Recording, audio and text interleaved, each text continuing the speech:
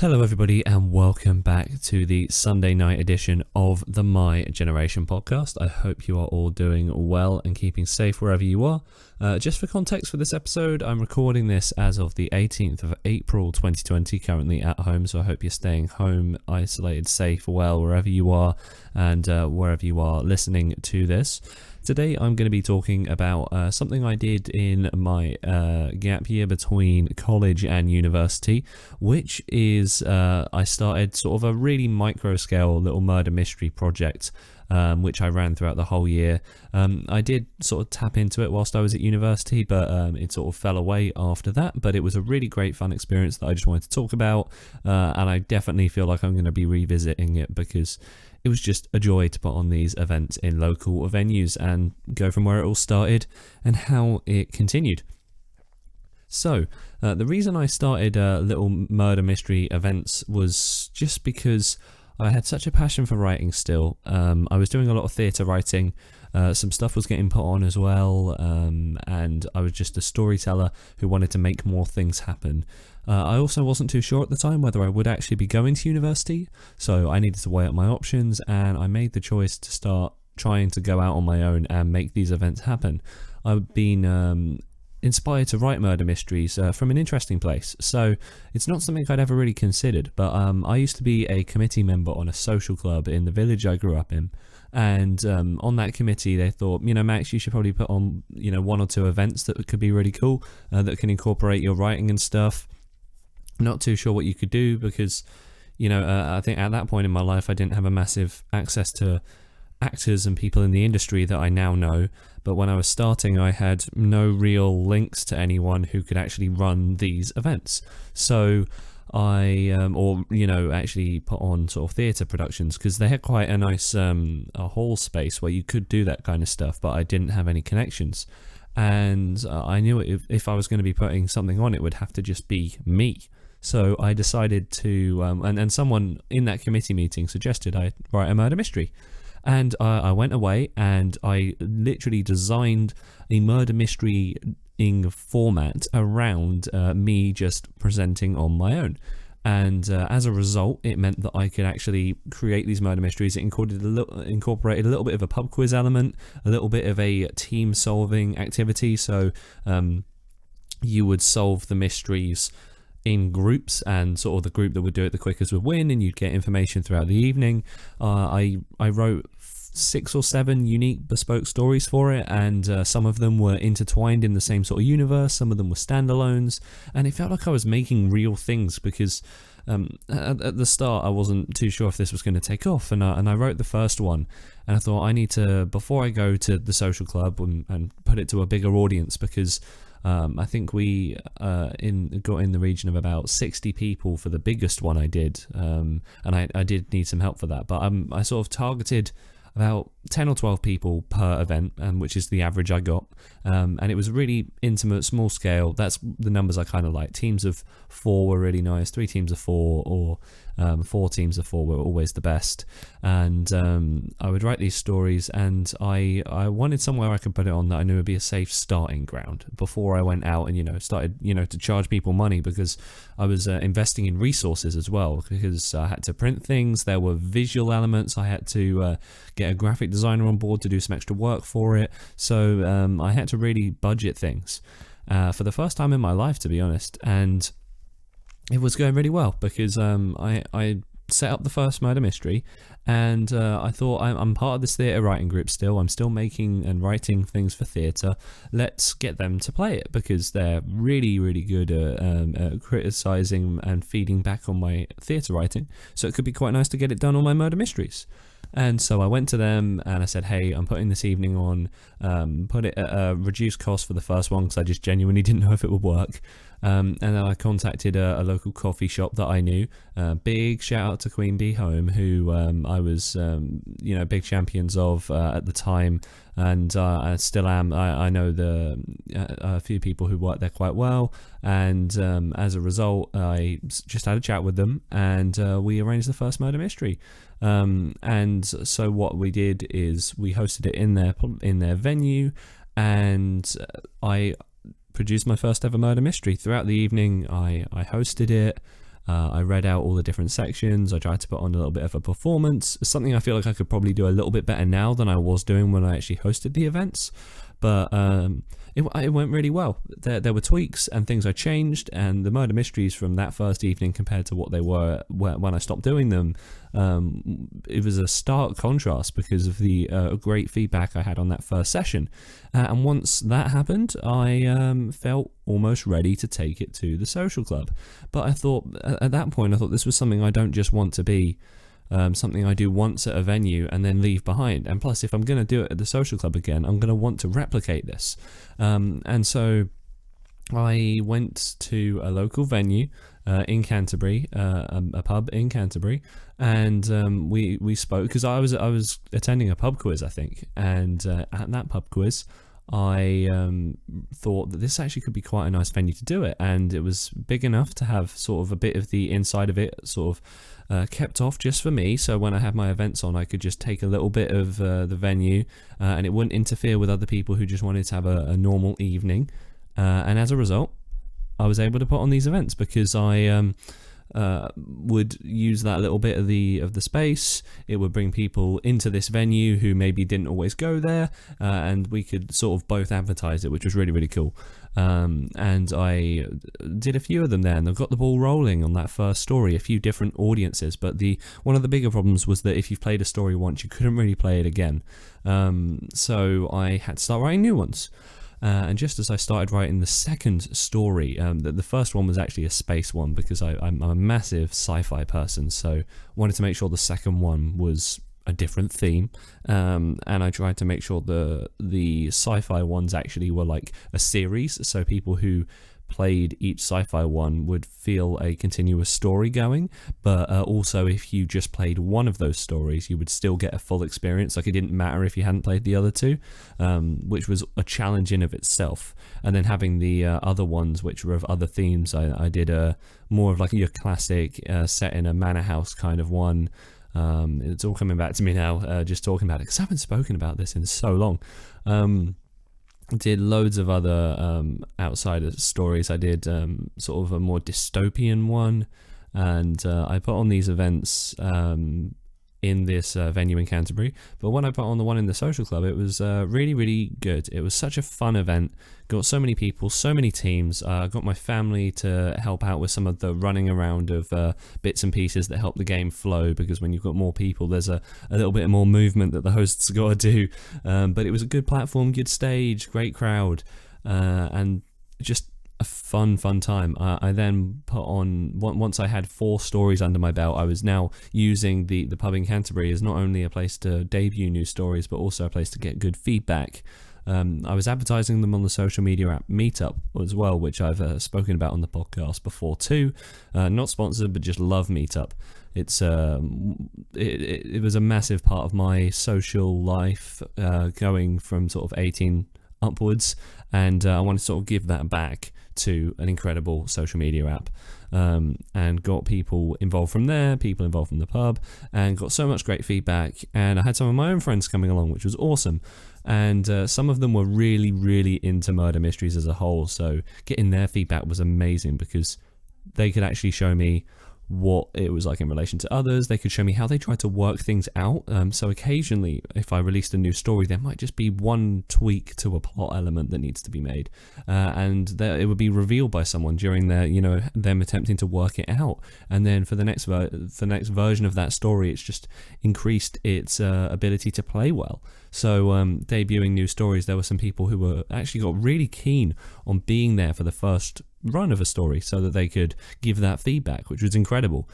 So when I went to the social club again and put on the second event, it had got the traction from the first one, and it was even bigger, and that was the one that was about 60 or 70 people, and that's where I got my sister Alex, and I got another friend of mine, Alex Crow, to come in and support me, just because it was the biggest number I'd ever had in one sitting for a murder mystery, and it was a really cool event.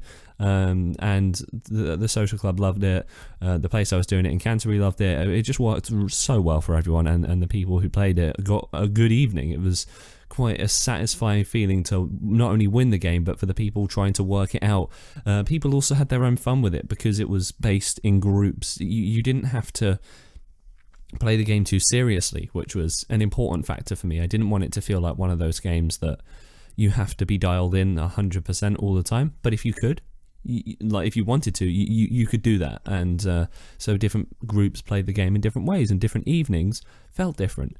But I think one thing that felt really rewarding about this was how, because I've now done work in theatre, radio, film, the whole shebang, and I've sort of seen what those different mediums do. And the one thing the murder mysteries offer that the others could never, and this isn't a problem of those mediums, but it was something that's just interesting to me, was the immediate feedback of people. So I would put on a murder mystery, I would be going through the event, and as information's being revealed, you're watching the audience's live reaction to that information. You're watching them make realizations in the moment. And that was something quite special to me, because you're actually seeing their work process. It's why it was also quite difficult to necessarily make a promotional video for this, because everyone looks so ingrained in the content that it's almost difficult to show them looking like they're having fun with it. But in actual fact, they're just really, really trying to solve this story, and they're really getting invested into it, which was a massive thing for me. I really wanted to get an immersion aspect of it, and if people are quietly working away on that was something that was quite important to me to watch. And then when something like a bit of information clicks, you see someone spark up, and then as I'm revealing what actually happened at the end of the evening to maybe teams that didn't get all of the information, just watching it all finally click into place was something truly special.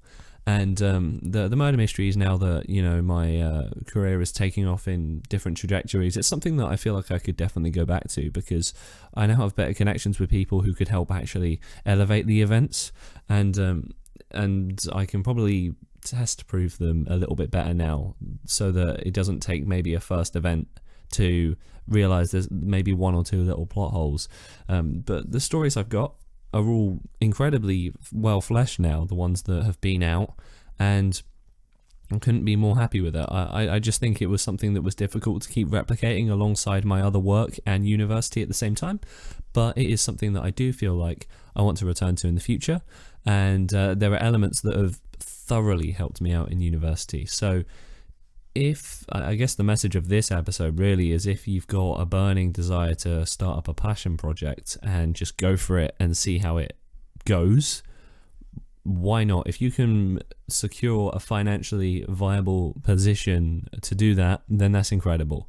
Now, obviously, from the time I'm recording this, situation's very interesting at the moment, everyone being at home. I hope wherever you are in the future, it's a good situation for you and you're keeping safe and well. But once everything's back up and running to normal, there's no reason why you can't do something along this lines, or you could even do it online as well, if that's still more viable. There's so many options out there to keep going with this kind of thing, and I could do this kind of thing online. I could have made it interactive as well. So these are all ideas I'm still thinking about, because there was one point where we were thinking of making it an app. I was speaking to a friend of mine who does coding about the idea of potentially making it an app, which you never know, that could still come to fruition. So I hope you enjoyed this little anecdote about my murder mysteries. If you've got questions, definitely leave them in the comments, because I am going to be continuing to expand on my murder mysteries. The stories are really fun to write. I do need to give one big shout out to Jack Bachuda, who puts out YouTube tutorials on writing murder mysteries. But when I was thinking about starting this, he does like a boot camp in America where you can actually learn to make murder mysteries in a murder mystery house effectively, which is just awesome.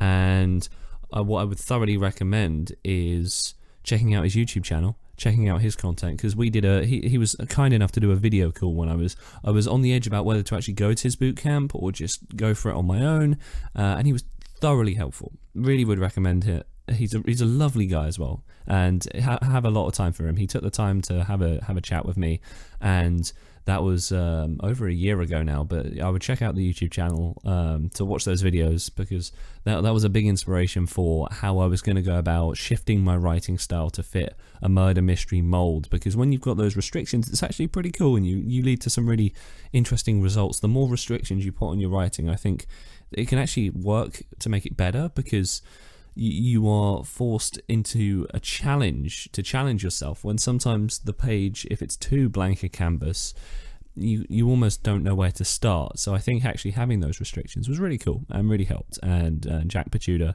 definitely spearheaded a lot of that, so I owe a lot to that. And Paul Skinner, who runs the Marlow Theatre's writer group that I was a part of when I first started, big shout out to him as well on that.